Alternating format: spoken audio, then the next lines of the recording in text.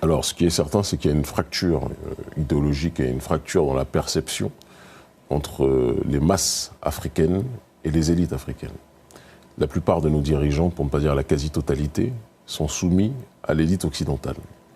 Ils sont un petit peu comme des animaux de compagnie de ces élites occidentales-là. Et donc tout ce que l'Occident fait, tout ce que l'Occident dit est bon selon eux. Pour les masses africaines, le regard est tout autre. Parce qu'aujourd'hui, ces masses ont accès à l'information, disposent des nouvelles techniques de communication, notamment les réseaux sociaux. Et donc, ces masses africaines peuvent s'informer profondément sur ce qui se passe. Il faut qu'on soit clair, parce que nous sommes des souverainistes et nous croyons en l'indépendance de la parole profondément. Personne ne peut être heureux d'une guerre, quelle qu'elle soit.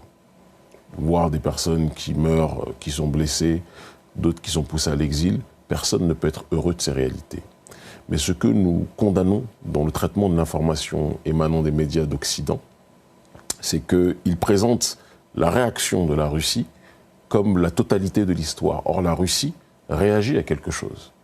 L'Ukraine, et c'est le regard d'une grande partie de la jeunesse africaine, l'Ukraine a été instrumentalisée depuis trop d'années par l'oligarchie occidentale, par l'OTAN, par l'élite américaine, d'accord, par l'oligarchie globaliste néolibérale, pour justement être une arme de menace et de pression vis-à-vis de la Russie.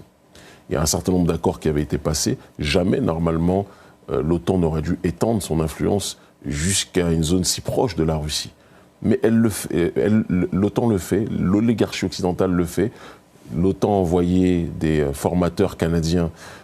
Ils disent qu'ils ne sont pas présents en Ukraine, c'est faux. Ils ont envoyé des formateurs canadiens pour commencer à former justement les forces militaires ukrainiennes, parce que l'objectif de l'OTAN, c'est de faire taire toutes les forces qui résistent à ce globalisme néolibéral. Donc il faut être clair, il ne s'agit pas de dire que nous sommes des pom-pom girls du président Poutine. Il y a des choses sur lesquelles on peut avoir des nuances, de toute évidence. On peut avoir des nuances avec toutes sortes de dirigeants dans le monde, mais nous aimons la justice. Et dire que le président Poutine est l'agresseur, c'est de la désinformation, c'est du mensonge médiatique. Et nous sommes du côté de la réalité, de la vérité. Donc nous sommes dans une logique d'équilibre, de justice et de rectitude informative qui nous pousse à être dans cette démarche. Le président Poutine et la Russie sont les agressés. Ce ne sont pas les agresseurs.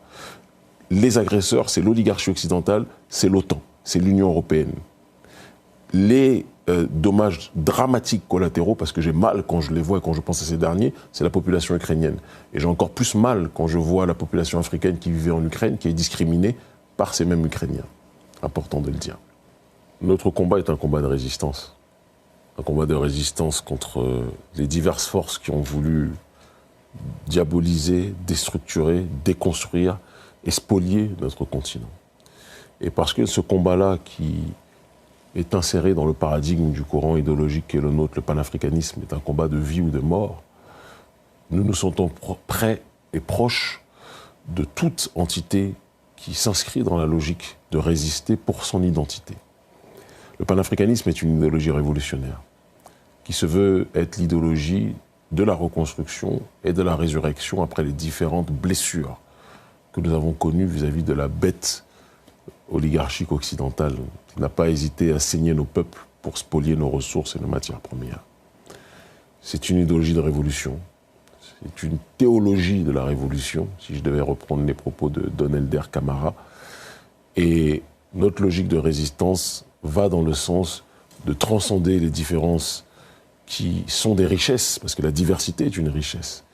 Mais la diversité d'un bouquet de fleurs n'empêche pas le constat que ce sont toutes des fleurs. Eh bien, l'Afrique, c'est ça. C'est une mosaïque d'identité, mais qui, lorsqu'elles se rapprochent, se rendent compte, comme le disait le professeur Charanta Diop, qu'elles ont beaucoup plus de choses qui les réunissent que des choses qui les séparent. Et un doigt unique ne peut rien faire, 2 doigts ou 5 doigts séparés ne peuvent rien faire, mais quand ils s'unissent ces doigts, et que le poing se ferme, ce poing a beaucoup plus de poids quand il s'agit d'attaquer et de résister. Donc c'est la logique du panafricanisme, l'unité dans les diverses formes d'africanité, et c'est la logique de notre ONG, Urgence panafricaniste, une ONG anti-impérialiste, qui lutte pour la justice sociale, pour la solidarité et pour la résistance vis-à-vis de l'inique. Voilà.